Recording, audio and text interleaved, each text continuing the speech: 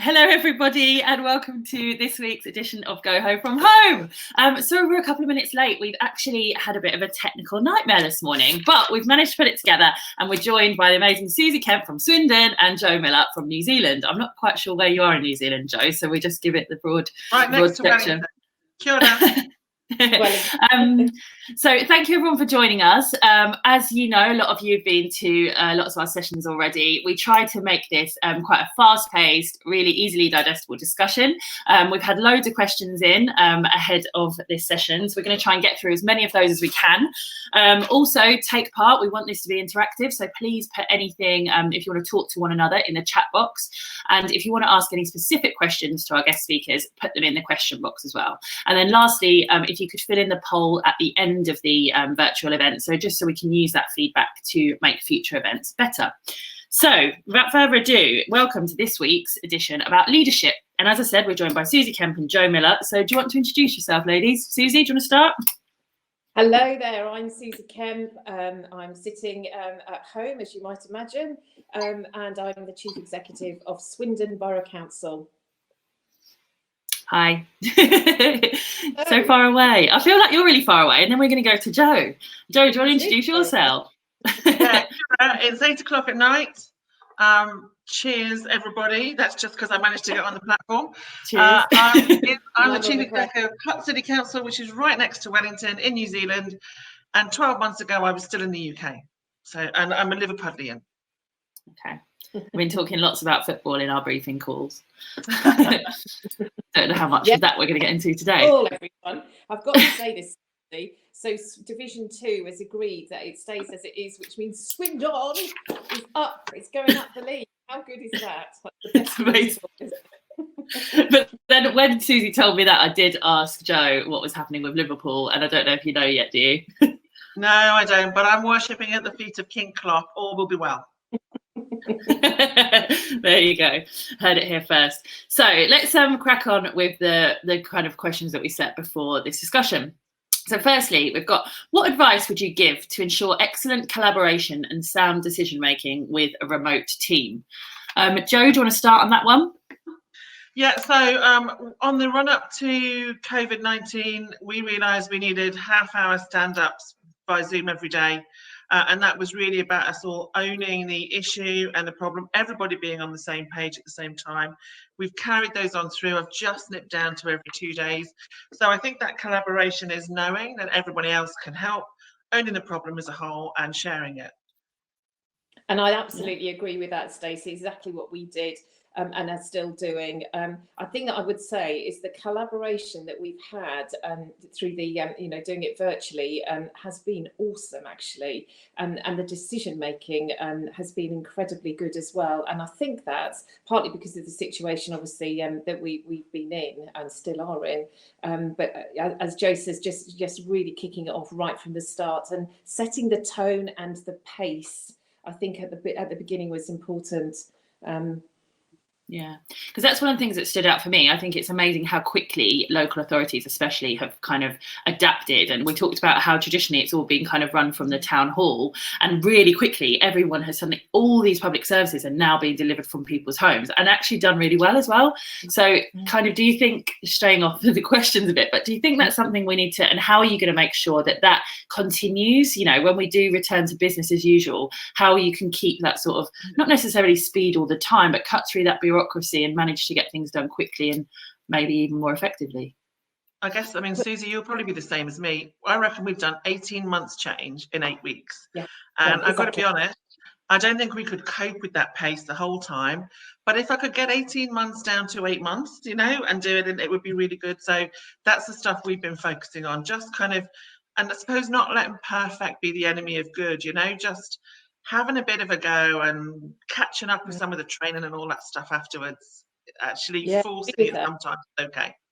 I agree with that, but Joe, we're really good in local government, aren't we? We do, you know, major instance response really well. If you look at some, I know we've not had a pandemic to deal with, but you know, local government is agile, it's flexible when it needs to. It absolutely is there. But absolutely with Joe there, we have been trying to get flexible, agile working embedded in Swindon for the last 3 years, and in the last 8 weeks, bang, we've done it. So we've got to do a measured, how we go back. People, we're social, aren't we? It would be lovely to be in a room and all be, in each other's presence, albeit we'd be socially distanced. So I think it's going to be a mixture of the two, but we're putting in some processes to make sure we can't turn on things without going through what I'm calling a gateway process, to make sure the bureaucracy and some of the bad stuff that we've done in the past doesn't sort of creep in. So I think it's going to be agile, quick. And that pace of, almost blinking and nobody remembering quite what the past was like. Yeah.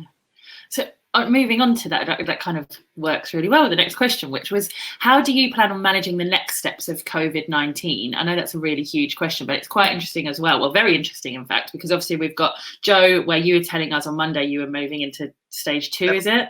Yep. Level 2. And obviously in the UK, we're a bit behind that, but it'd be good to talk about, from both of your perspectives, what your plans are. Susie, do you want to start? Yeah, okay, I will do on this one. We've now got together a really robust recovery plan. It's themed, so we've got the work streams you'd expect: economic recovery, health and well-being, vulnerable folk, and really to make sure that again that we've got a really solid action plan. We'll put some very strong governance around it. Making sure that we've got the right things to do at the right time. We know when we get to where Joe is in New Zealand, that all of a sudden an awful lot of demand is going to come through the door. We've opened our tip, so we've done that online booking, for example. We know that there are a load of folk who are going to be wanting to register their babies, marriages, etc., from one end of the spectrum to some tricky issues, with businesses that are really, really, really struggling hard, aren't they? So, the economic recovery is going to be as important to workstream as ensuring that we can help the vulnerable folk. So there's a whole plethora of stuff that we've now caught. It's written down with a really solid plan, but it will have to be a flexible, morphing plan. Because, as I think Joe will testify, this is this every day is a different day, Joe, isn't it? Yeah. So we moved back into levels. So we've been, as a country, I think we've probably had a lot of clarity about our levels. Level 1 was there's a disease, it's kind of somewhere else, it's moving around, it's contained, and then level 2, 3, 4. So we've had our lockdown, that was level 4, it was a very strict lockdown. And then we went into level 3, which is kind of a bit like level 4, but you can just see a bit more people. Level 2 is where the council facilities have opened. So here, like Susie, we've got a city recovery plan, but if you can imagine, I had managers going in on Monday, they had to reopen stuff, but there's contact tracing and all of that. The facilities look different, they feel different, what you do in them is different. So I think one of the things that I'm really pleased we did in level 3, 4 was I realized that you've got to treat a crisis as a change event. And we kind of looked across all our managers and kind of went, who's really good at change, who's a bit scared by it, who's freaked out by it. And we did some change readiness workshops, and that's really helped people. So yeah, and we're still reviewing it daily. So, but we've got cashless. I've been dying to go cashless in every bloody council I've ever worked in. Right, we're cashless. Never going back. So are we, Joe. Are you cashless too, Susie? Well, there you go. High five. High five, Joe. How do you find that works to be? Is that inclusive for everybody? Because I know, for example, my grandparents will only use cash or checks. They won't use cards at all or online payments. Well, one should never waste a crisis. So the kind of whole fear around cash and the disease spreading in it has really helped people. Actually, we started to push direct debits and cashless payments in January and February, knowing this was coming along. If somebody actually came along with cash, we would take their money off them. We just don't. You have to have special gloves, and it has to go in a little box and all that kind of stuff. But actually what we try and so there's a little bit of, when a customer phones for anything, they might be phoning to talk about their bin. We want to talk to them about their cash and how they move on to that. And if you think about things like Sky and your Lecky and all that stuff, like they haven't taken cash for years. So there's a little bit of forcing the pace, but supporting those who do need that to be inclusive. Okay. I think the other thing, I'm very taken with your change ready workshops, Jo. I'm going to pinch that one if I may. I think that's a brilliant idea. So I'll take that back to Basecamp and see how. I'll send you a link to it, Susie. Yeah, thank you. That would be great. Is that the one you sent me on? Oh no, that was something else I did. Shall I tell you about that? Okay. Yeah, tell us about that as well. So, actually, it's in answer to one of your questions that you might ask us, which is, has your leadership shift? I can't say it, and it's not the Pinot Noir. There we go. So everybody has. Do you think after everything that's happened, has your leadership style changed, Jo? I don't think it has. But you do. It's like, look, when you're a leader, you have to flip your style 4 or 5 times a day, don't you? Sometimes, if it's a particularly bad meeting, let's be honest, you have to flip it 3 or 4 times in a meeting. From kind of caring and coaching to let's move on and all that type of stuff. One of the things I did, and you might put the link up, was I did a survey at the start of the crisis to kind of test my own personal resilience and my leadership resilience about leading in a crisis.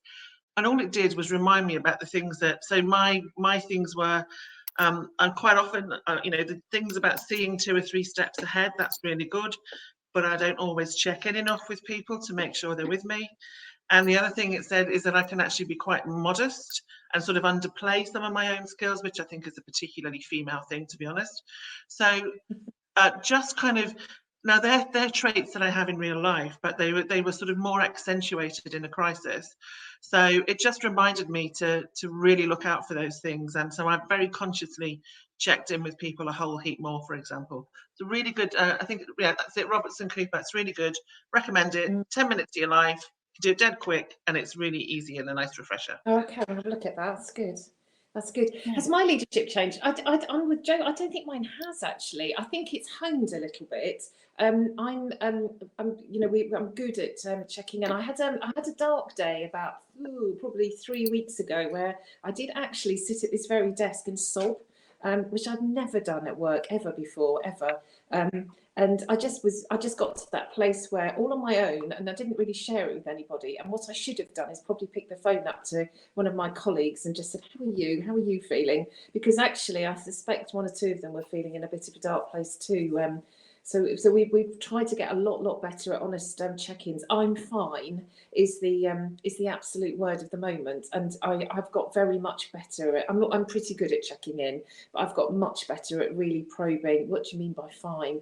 What I would say, what I did is I got my iPhone and I did a 5-minute video to my 2,500 staff, which I then got into my comms team, which they edited a bit, and it went out on the Friday, the 1st of May actually was when it went out. I felt a lot better. I got some of the feedback I got was fantastic, and it's just that connectivity. So I think when you're virtually leading, you have to pay more attention to that check-in, picking up the phone. I find FaceTime actually better than Teams. Teams with with everybody on it, I find it's great for work. Don't get me wrong, but actually I find having a personal chat on a FaceTime or a different medium just for a change is good as well. But I think it's you just know what your strengths are. I've been really enjoying just picking up the phone. Yeah. Yes. Yeah. I know, you get to the end and you go, oh my God, no more Zooms. I am zoomed out. But actually, I've done 3 all-staff Zooms. I mean, wasn't all, but we had, I think the largest number I had was 350 staff. I've only got 500 staff here, Susie, as opposed to 4,000 in the UK. I know, totally different. But sort of doing an all-staff Zoom and letting them host some of it, and then putting the chat on in there worked really well. Plus, we've had Zoom drinks, which I think is also necessary, don't you? Zoom drinks with the team. So all that stuff about checking in is more important than ever, I think. Yeah. Funny enough, I've actually got a glass of wine meeting at 5:30 this evening with a group property director of one of our big companies in Swindon this afternoon. So that would be good. I thought you were going to say you had a glass of wine now, and I was going to be like, well, Swindon isn't a different time, is it? It's cranberry juice, and the rest is water. It's my must-have every morning. Oh, nice. My must-have. So, I mean, you've both given lots of advice there, in those answers. But is there any other particular things you'd give other leaders or managers during the next few months? I was going to say, I think when we all go back, and again, I'm really taken by Joe's already back in the offices and what they've done. I think is just don't let go of the check-in. I actually think people are going to find it hard in 2, 3, 4 months' time. My learning from doing major incidents is when you're in the moment and you're absolutely in it, is that actually you almost go into, and this is the change curve as well, I think, Joe, isn't it? You almost go into grief, you miss it, you miss that rigour and the pace and the everything that's going on. And so my watch out is going to be probably 3, 4 months down the line, and really watching that people are okay, particularly those managers who are absolutely in the thick of it at the moment.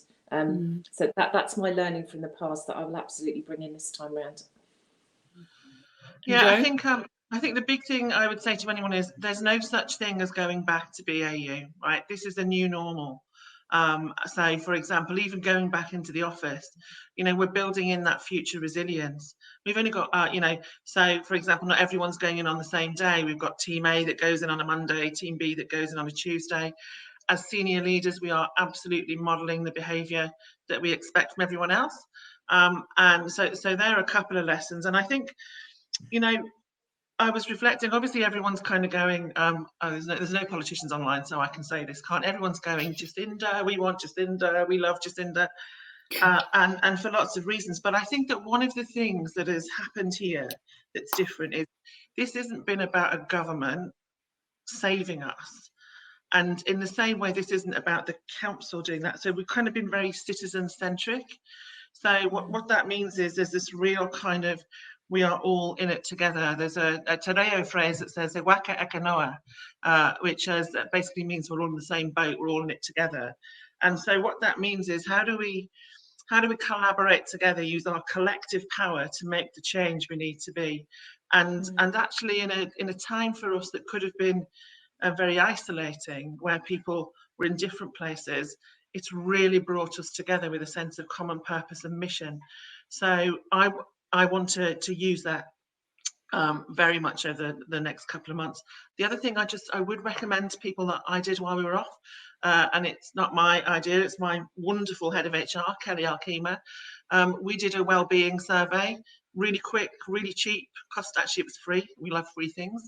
And what we've done there is just test every couple of weeks through lockdown where that was at, and that's enabled us to shift our messaging, check in better and get some really deep stuff. So I think those type of things, which is very much like a change tool, I'd really recommend to people. Yeah. And you touched, I mean, one of the questions, we didn't.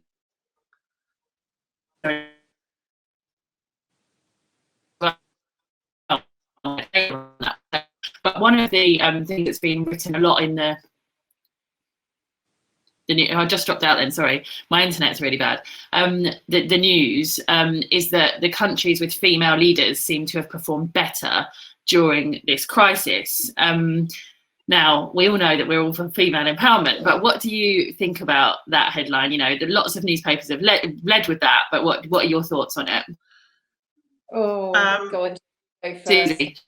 Well, I'm going to say, and I do notice there's some wonderful men listening in with some questions. So let me start by saying not every sister's a sister, right? I've experienced that all my life for sure. But I do think that certainly when I've observed our Prime Minister, and she is awesome, and people say things like she wears a heart on her sleeve, right? People need to be under no illusion. When she uses her heart, it's all about her head. I think there is less of an ego, to be honest, and a naturally more collaborative, let me listen to the evidence and follow it type approach. But that's not exclusively female. It just so happens that the women are getting the shit done properly, right? What about you, Susie? There's some folk on here who've known me a long, long time. I don't do this women's stuff. I've got here because I'm a good person, not because I'm a woman. So I think that you've got good leaders, you've got bad leaders, you've got, I'm not into all this stuff that women are better than men. And sorry, it's not my gig. I'm sorry.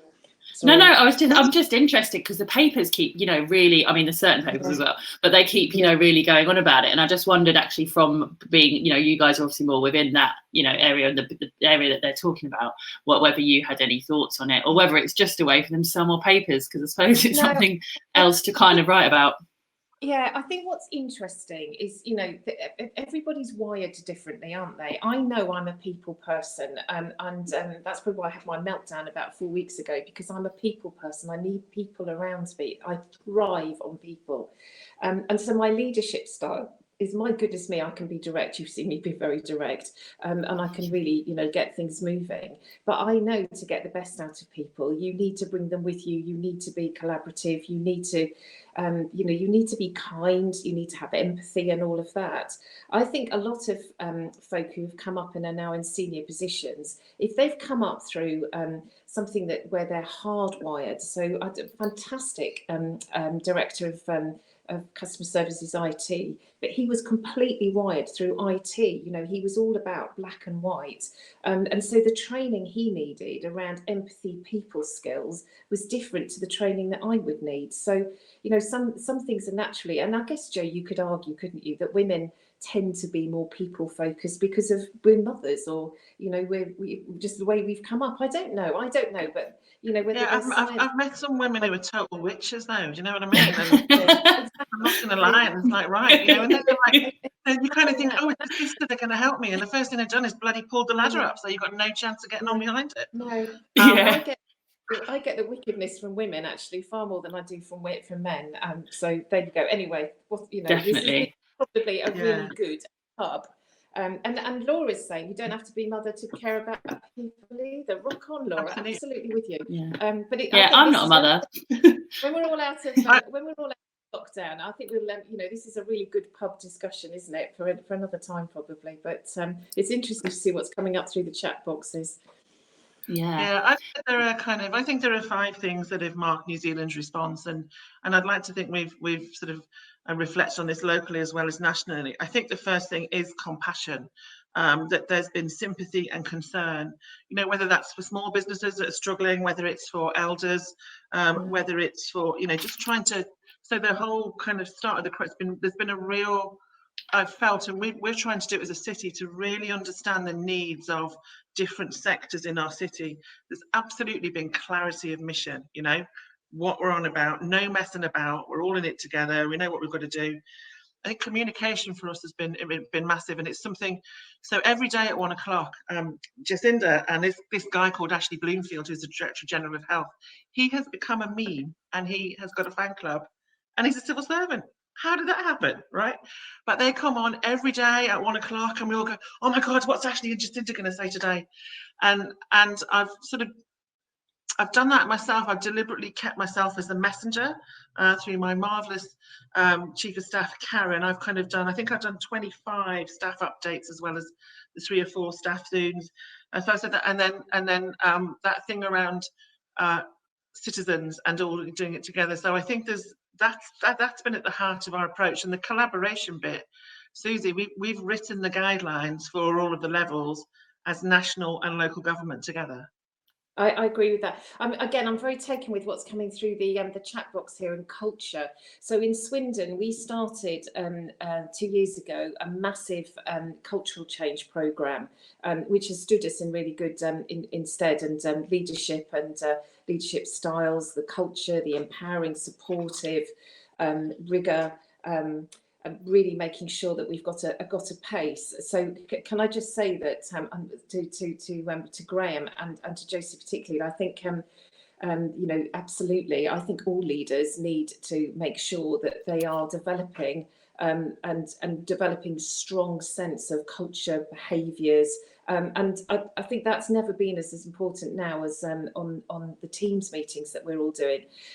One thing that I've been absolutely struck with, when we did our first brainstorm on our recovery plan, I had 20 senior managers in the room with me, and in 50 minutes we did what I called a brain dump of stuff that would have taken us probably 3 or 4 weeks before lockdown came, because we'd have been in a room, we'd have faffed around a little bit, and we'd have got there. But in 50 minutes, hard to chair but so productive. I don't know that we could have been as successful as that had we not done the leadership and cultural development programme that I've put all the top managers through, and I think it's really important to do that. We did. I had 116 of my managers on what we call a wider management team meeting thing on Friday. Again, the big thing that came through there was the ability that this lockdown has given people virtually to work across the council in what we call our silver meetings, and the collaboration that has come through that again has been phenomenal. And so children's social workers working with folk from planning, just the connectivity across the council, just phenomenal. So just can I just say thank you for all the messages coming through, because culture, leadership development, absolute fundamental, and again, this gives us a new platform to drive those and accelerate where we need to be. Yeah, I was just going to touch on, actually, where you were talking about collaboration across the council in the different areas. Just Joe just was saying about how their plan was worked on with central government and local government working together to create that. Do you want to tell us a little bit more about that? And I don't know if that would ever be something that we could potentially do in the UK as well. Thoughts? Yeah, so we got these levels, as I say, and at each one we've gone, what does level 1 look like, level 2, level 3? So like, when do you close the libraries, when do you close the swimming pools, when do you open them, when do you just change what you do in them? And that guidance was basically put together by the government, Solace, which is like the Chief Execs Association, the Council Association for New Zealand, and it went through, and it had then that national wraparound with it. So they, it was all sort of signed off by the Ministry of Health. We did it in 24 hours, because I remember sat there on a Friday afternoon and we just had to make it happen, because we knew we were going into a new level on the Sunday. And things like this is a really boring thing, right? But it was a big thing. We run the water in councils, and all the blooming face wipes were getting them down the loos and clogging the loos up, which was was a real issue. So we only get the Prime Minister. We pass this message up, and the Prime Minister goes, and it wasn't the day she did her Easter Bunny thing. She goes, "Y'all keep the face wipes out the toilet and stick them in the bin," And it's like, you're able to get those messages in and out. And you know what? The face wipes down the loos dropped by 30% in the next week. Yeah. And that's, so it's the kind of planning together, doing together, but actually being able to check in, check out, and realize, it's not perfect, but that sort of sense of, I think it's a shared mission has really made a difference. And I think I've certainly said as a public servant, that's probably one of the things I found the most different, actually, and that's something to do with our size, to be fair. So with 30 minutes has gone incredibly quickly. So we've just got one more question that came through this morning to both of you quickly, and then I'll ask if you'd be able to share with me some of the things you've talked about, like the cultural, the change readiness workshops and things like that, and then I can email everybody the links to those if that's all right. But then the last question is, what do you most like about your job, Susie? Oh gosh, what do I like about my job? And Joe, obviously, but Susie can start. I absolutely adore about my job is I can make a real difference I'm sorry, Joe, with the staff I've got. Let me not mention the numbers, but with the staff I've got, because that's what I just love doing. I love being able to give my energy to my colleagues to make a difference for residents. And do you know, the best thing really quickly is that we have had so many positive comments from residents rather than you're a useless council. So how good is that? Joe? Yeah, I have 3 questions I have this thing on my wall that says, if you don't ask the question, you'll never know. If you don't step forward, you're always in the same place. And if you don't ask, then I forgot the third, but basically you'll never get anything. And I think for me, it's with all that in mind, and with that, northern shy burns getting out, if we've got any northerners on the line, the power to affect positive change is better than any drug, and even a Pinot Noir from Central Otago. Well said, Joe, with my cranberry juice. Cheers. Pleasure. Cheers, everyone. So thank you, everybody. You got, thank you for tuning in. I'm sure you can agree that's been a really good half an hour. Went by so quickly. We'll follow up with an email with some of the links to those things you've asked for, and just to say thank you again, ladies, for joining us. That was really incredible and inspirational, and I'm definitely going to use some of your techniques and suggestions and advice. And hopefully we'll see you again soon, and best of luck with everything. Yeah. Guys, you can keep loads of UK people online who I haven't seen for ages. You can all still keep chatting in the box if you want. It won't boot you out. It's just the webinar will finish. But we'll see you again soon. Thank you, everybody. Bye. Bye.